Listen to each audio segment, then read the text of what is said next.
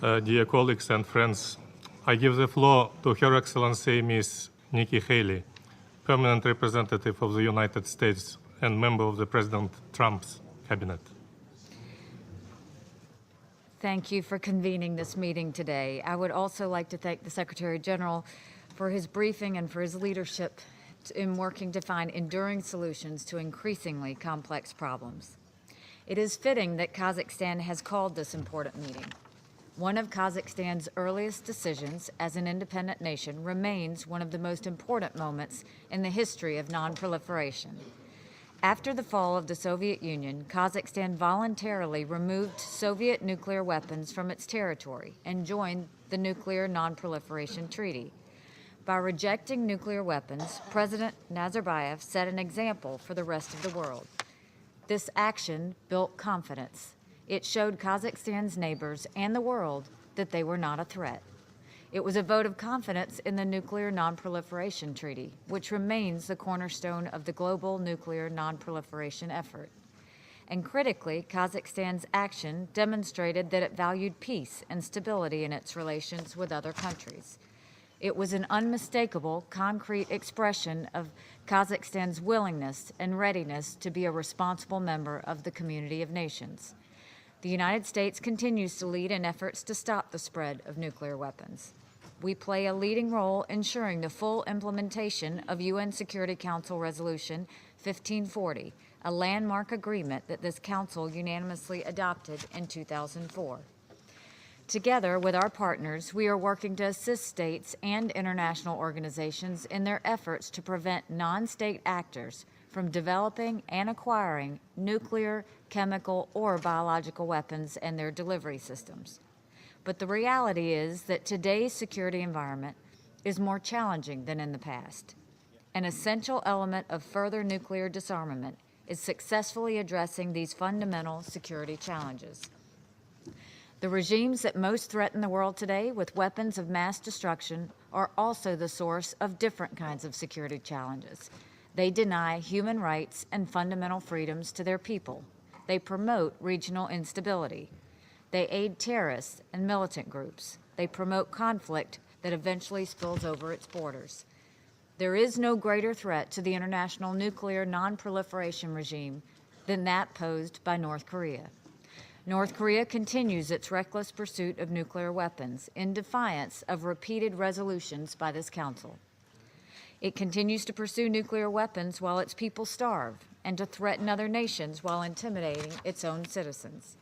The example that Kazakhstan set and the efforts of so many others to curb the spread of nuclear weapons will begin to unravel if this Council cannot rise to the challenge. We call on all member states to fulfill their obligations and fully implement all UN Security Council resolutions on North Korea. We will continue to work with our partners on the Security Council in pursuit of a peaceful, diplomatic solution to this crisis. But let me say it one more time. The United States remains fully committed to defending itself and its allies if necessary. The actions of the Iranian regime are another example. The regime in Tehran is the leading cause of instability in an unstable part of the world.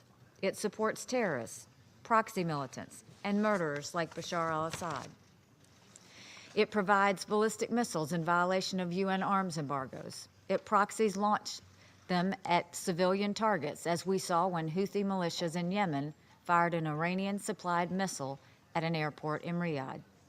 And when the Iranian people protest their money being diverted to terrorists, the regime arrests them and kills them. It silences their voices and lies about their motivations. When the Council passed Resolution 2231, it endorsed the nuclear agreement, and it retained its series of prohibitions on Iran's behavior.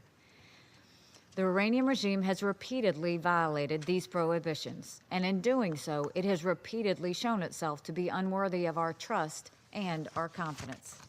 And so when this Council considers the question of how we can promote confidence that states won't engage in the proliferation of weapons of mass destruction, the place we must start, and the very minimum we can do, is to insist that states comply with their existing international obligations.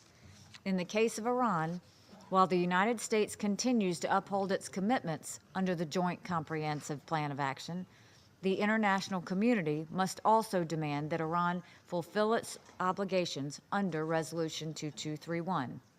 We impose these obligations as a Security Council.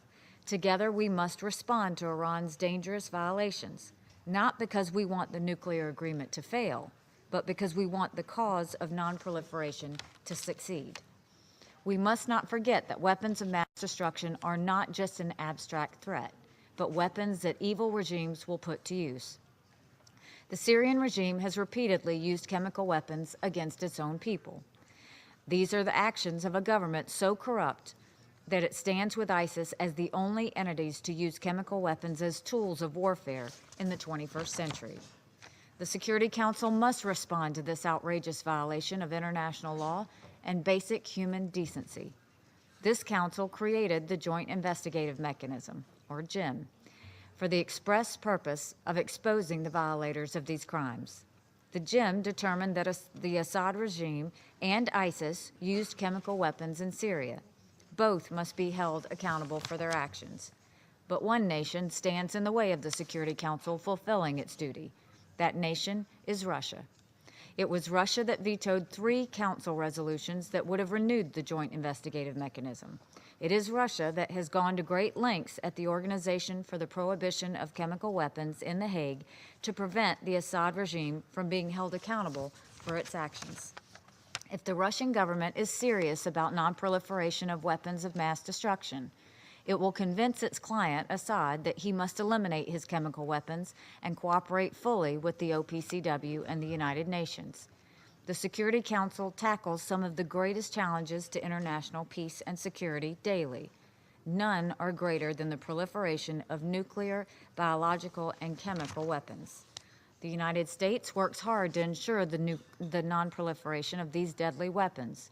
We encourage the creation of a security environment that benefits non-proliferation, and we believe all nations have a moral responsibility to join in the creation of such an environment.